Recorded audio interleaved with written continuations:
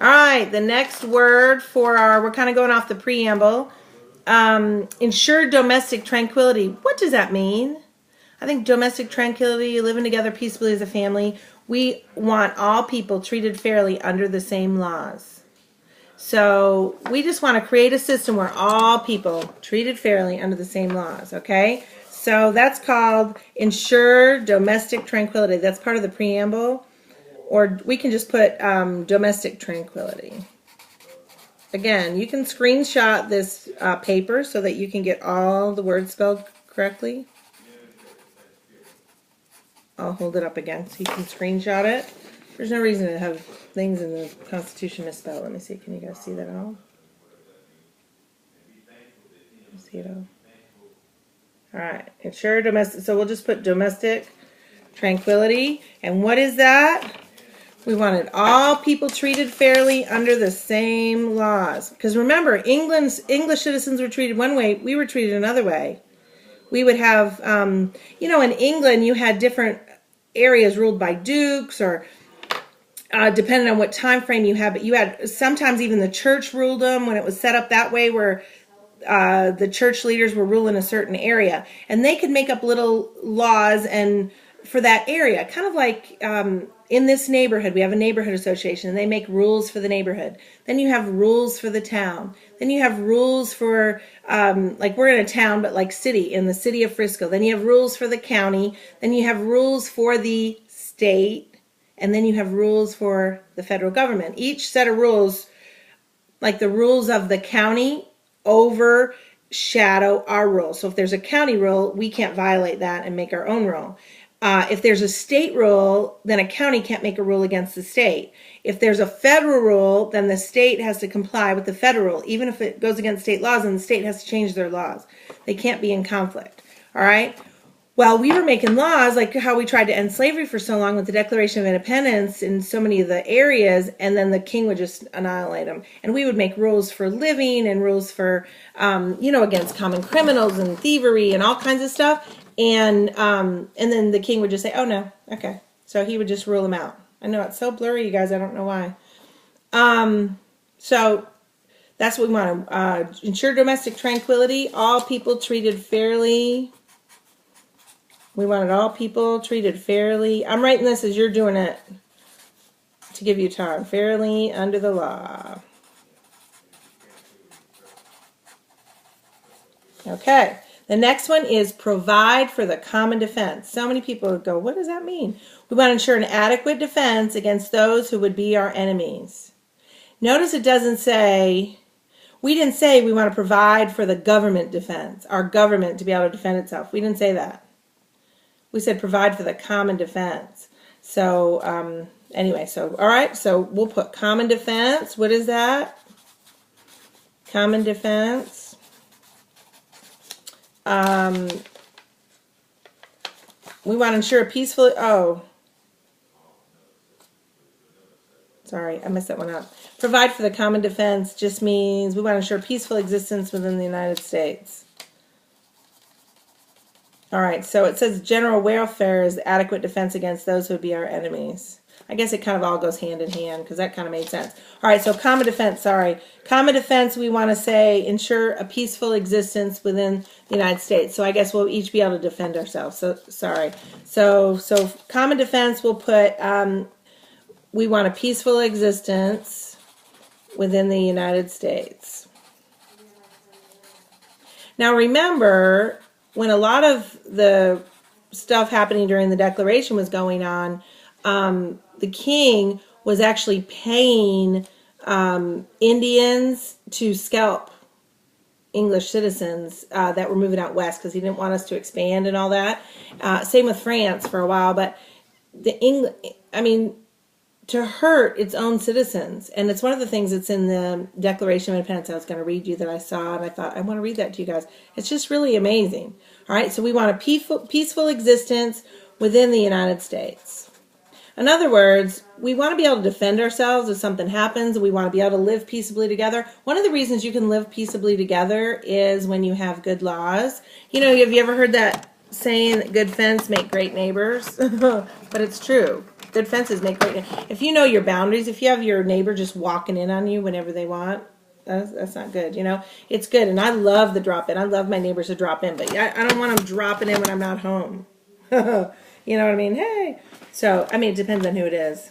The family or certain friends can drop in when we're not home and help themselves. But you know what I mean? Good, you know, to have boundaries. People that don't have boundaries, they don't live peaceably together. And if someone's going to rob you and they know, ooh, they have a gun and there's laws against it, that's one thing. But if there's no laws against it and there's kind of mob rule, which was happening in Boston because the king kept annihilating our laws and our legislatures when we'd meet and have certain laws, it was kind of a free-for-all and taking, you know, John Hancock's ship and being able to confiscate it without a writ, without a warrant. One of the reasons we have search warrants written in there so very clearly.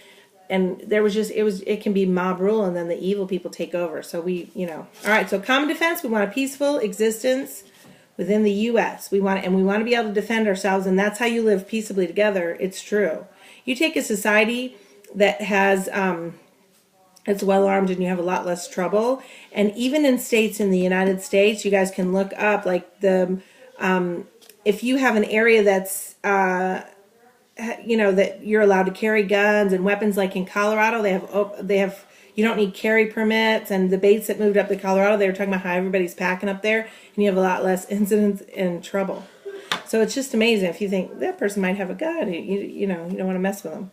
All right, promote the general welfare.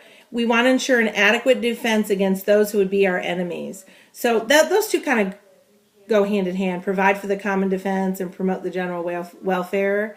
And so we want to be able to defend ourselves against our enemies. So we'll put general welfare. We'll put general welfare. That's our next one. Have you guys kept up so far with the ones we have?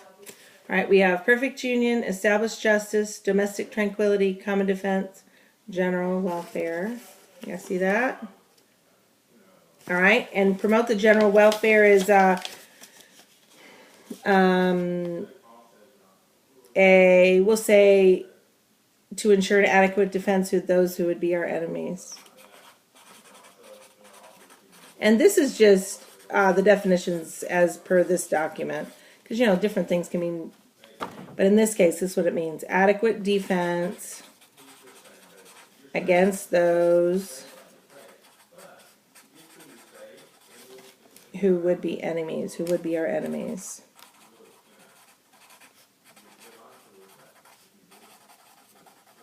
I was telling my 4th or 6th grade class, y'all, in life in general, if you write things in complete sentences, it will help you. If you take a test and you don't really know the information that well, and you write in complete sentences and you look like you know what you're talking about, a lot of times your teacher will give you credit for it.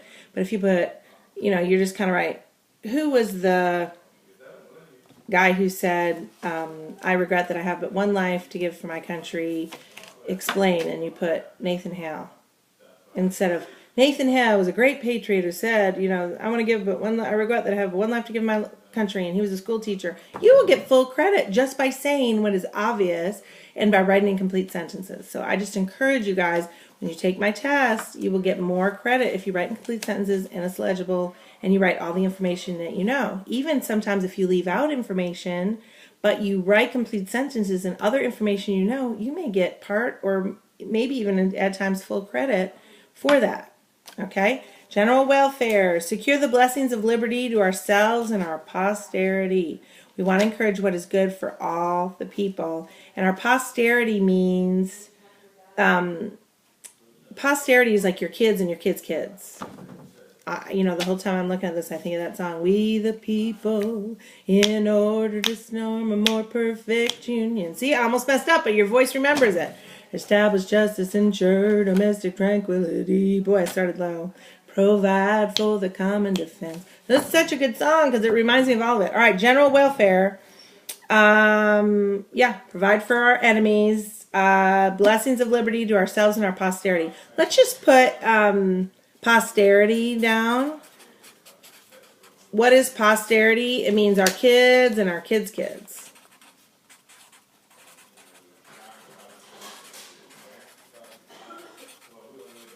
It's our grandkids, our great-grandkids, all the way down. All right, the next one is Do ordain and establish this Constitution for the United States of America. All right, we want to keep our freedom and make certain that our children's children have the same freedoms. And we ordain and establish this Constitution for the United States of America. So, I would put, under that one, let's just do ordain. What does ordain mean? Ordain is to authorize. We authorize it to ordain and establish this Constitution. To ordain and establish. So we're saying it is done. All right? We authorize, we declare. You know, we're firm. We're firm in our belief that this is what we're doing. Do ordain. Ordain's kind of like, okay, you have the power, you have the authority to carry this out. So that's the preamble. All right, so perfect union is better country. To establish justice, create a system of government that is better than England's, better than anything we had under. We had like we had a temporary system before we had the our Constitution, so this is better. Domestic tranquility, all people treated fairly under the law, for us to live, live with my family and be happy, be peaceful. Common defense, we want a peaceful existence within the U.S. We want to be able to defend ourselves, really. General welfare, to ensure adequate defense against those who would be our enemies. We want to, we just want our welfare to be protected.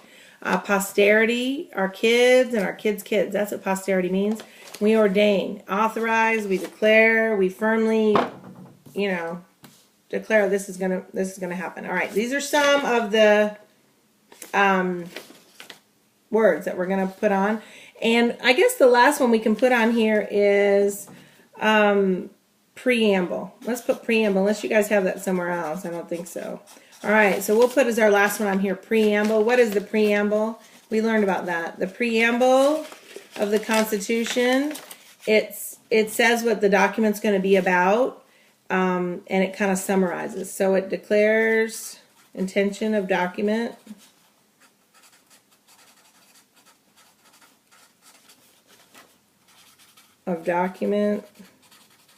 And we'll put introduces document instead of summarizes, unless you already put summarizes down.